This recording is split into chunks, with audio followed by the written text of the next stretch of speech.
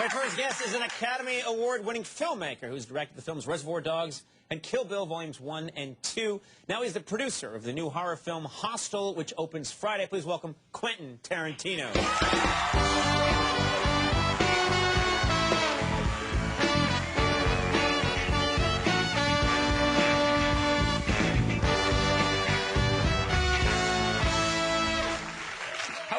Oh, good, man.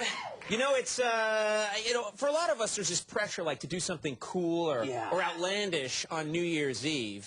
But I would think, you're Quentin Tarantino. There might be this heightened expectation that you did something really crazy. You went somewhere with a loaded gun and... Yeah, I actually did. I just got back yesterday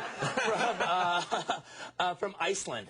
And I went to Iceland to celebrate New Year's. I was there earlier, about 2 months ago. Right. They were like, it was so crazy. The parties there were so insane that they go, oh, you got to come back in New Year's. It's so much better.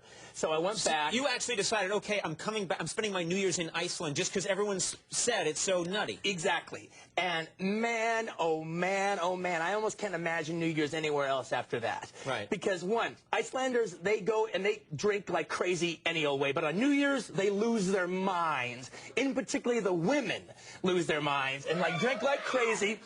And I remember we was in this club full of like all these drunken girls. And this one girl was like, oh man, I'm so embarrassed about Icelandic women. They always go out and they always drink way too much and make complete fools out of themselves. Well, right at the moment after she said that, a drunken girl walks by and does a face plant. Bam! Right in front of us. Right. And so women are See what I mean? Yeah. Now, and the women... But here's the thing, though. Yes. That's the female perspective, yes, all right? Yeah. The non-Icelandic male perspective is I'm in a room full of supermodels who are drunk out of their mind, standing up on a table, let's get the party started! Let's get the party started! And I'm like, where have I been all my life? This is the place to be. Because the women there are, I'm told the women there, like every woman looks like... Supermodels working at McDonald's. That's what you got going on there, and they are drunk. And not only that, in America... I'm so surprised they don't get you to do their tourist board commercial. See supermodels everywhere, like at McDonald's, and they're all drunk. Come to Iceland. Come to Iceland. Brought to you by the Icelandic tourist board.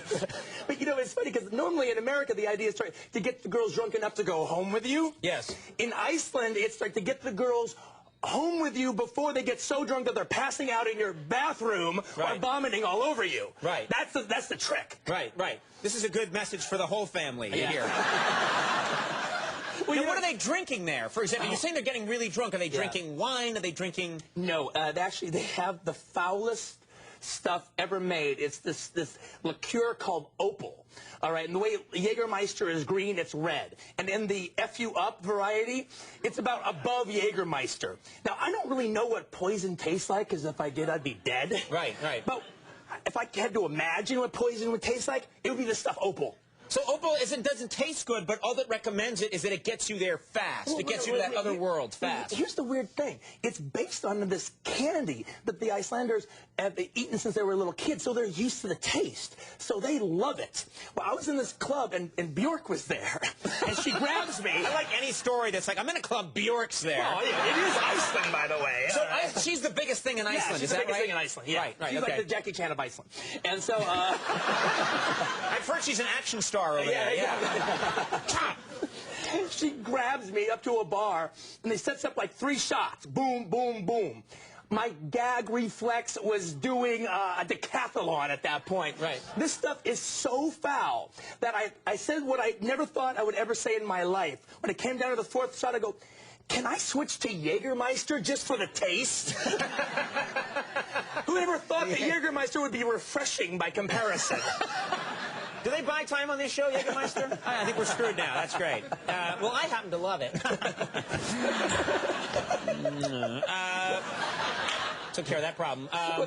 So are you going to go back every... Oh, yeah, I think maybe I have to now. Now, they must treat... Are you treated well there? They must love your work there? Oh, no, yeah, they're really great. They're terrific there. And it's, they're big fans of my stuff. And it was really... Oh, but also, what's also wild is you go there and then, you know, I go there and then there's like, you know, officials from the government that want to have like a little dinner at a state thing or something. And so you go and you have this really like embassy kind of dinner with the Minister of Culture's there and you meet the president and everything. But then it's Iceland. So after the dinner's over, then you all go to a club and you're all doing shots with these same people. And the prime minister's on a table singing. Let's get the party. The roof is on fire. I love how we've ruined cultures everywhere. The Minister of Culture. Okay, got it. We have now. I want to talk about Hostel for a minute. I actually this is interesting because I like when I mention the movie you're here to promote and you giggle. If you want to. Okay, if we must, we must. Yeah.